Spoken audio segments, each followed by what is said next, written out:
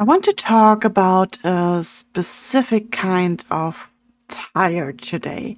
Not the kind where you need sleep or a day off magically fix it. It's that low-level constant exhaustion where you wake up and already feel like something is heavy. If you're sitting there thinking, yes, exactly that, there is a really good chance you're spending your emotional energy in places where it can't actually do anything. If this sounds familiar, this video is for you. I didn't fully understand this for a long time, and honestly not in my 20s and not really in my 30s either. Back then, when I felt exhausted, I assumed I was the problem, that I needed to try harder, be more patient, communicate better, reflect more. So I did all of that, and I just got more tired. What I didn't see yet was that I was pouring a huge amount of emotional energy into things that were never actually mine to manage. And once you see that pattern, you can't unsee it. There are things you and I actually control. What we say, what we do, what we engage with, or what we stop explaining. And then there are things you influence over time. Relationships, dynamics, how people experience you. And then there's a whole category of things you care deeply about, but do not control. Other people's reactions, whether they change, whether they heal, whether they finally understand you. A lot of exhaustion comes from emotionally living in that category. Most people aren't tired because they care too much. They are tired because they have been telling themselves things like, I just need to try harder. I need to be more understanding.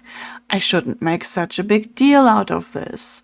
They are tired because they keep carrying past the point where they have any agency. It looks like replaying conversations in your head, like explaining yourself again and again and again, just a little bit differently this time. Like waiting for someone to finally show up the way you need them to. And all of this costs energy because you are investing in outcomes you don't control. And I want to pause here for a second, because this is usually where people get uncomfortable, where they worry that this means giving up, caring less, or letting people get away with things. And let me be clear, this is not about caring less. It's not about becoming detached or cold. And it's definitely not about just letting things go. It's about not confusing effort with control. You can care deeply and still acknowledge that something isn't yours to carry. Those two things are not opposites. And if you made it this far into the video, you might want to subscribe. I make these kind of real talk and spirituality videos regularly, and my intention here is always the same: to share my point of view, to give you food for thought, and make things feel a little bit lighter for you afterwards, hopefully. The point that you are investing in outcomes you don't control is usually the moment where people think like, okay, in theory, I get it, but what do I actually do with this? So I want to share the simplest filter I know. I ask myself, does this require my choice or someone else's? If it requires someone else to change, to understand, to respond differently, to heal, to apologize, then it is outside of my control. If it requires my choice, your choice, what to say next, what to engage with, what to stop explaining, then it is in my control, in your control. So this question alone can save so much energy. Let me make this very concrete, because this is where a lot of people get stuck without even realizing it. Think about a relationship where you keep hoping that if you explain yourself clearly enough, the other person will finally get it. Maybe you soften your words, maybe you give more context. You tell yourself they didn't mean it, that they just need time, they are from a different generation. If you're patient enough, something will shift. So you adjust and adjust again.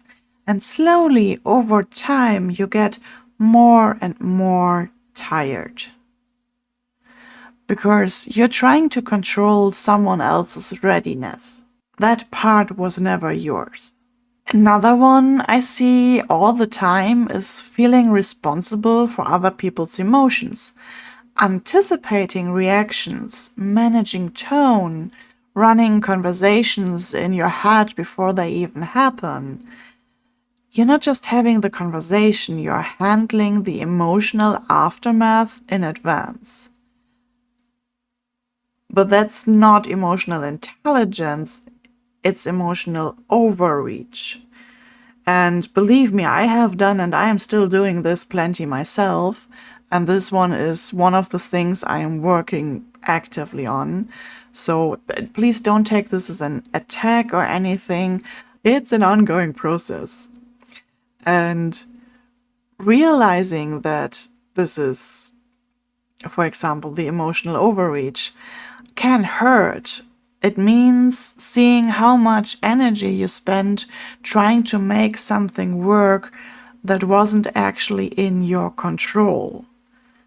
And realizing that caring, hoping, and trying were never the problem. There can be grief there, anger, sadness, shame. You don't have to rush past that.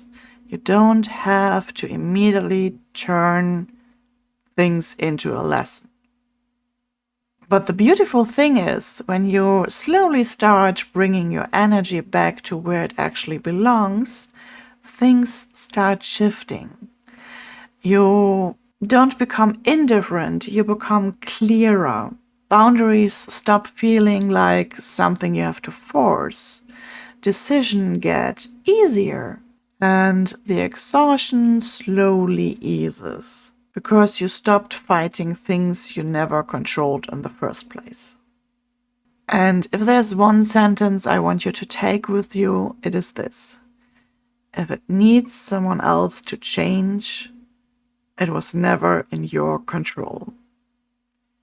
It means you're allowed to stop carrying it.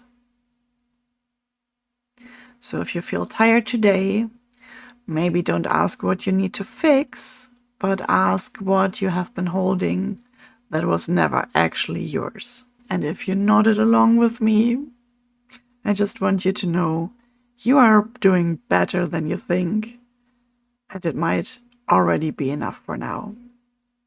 Take care. See you in the next one.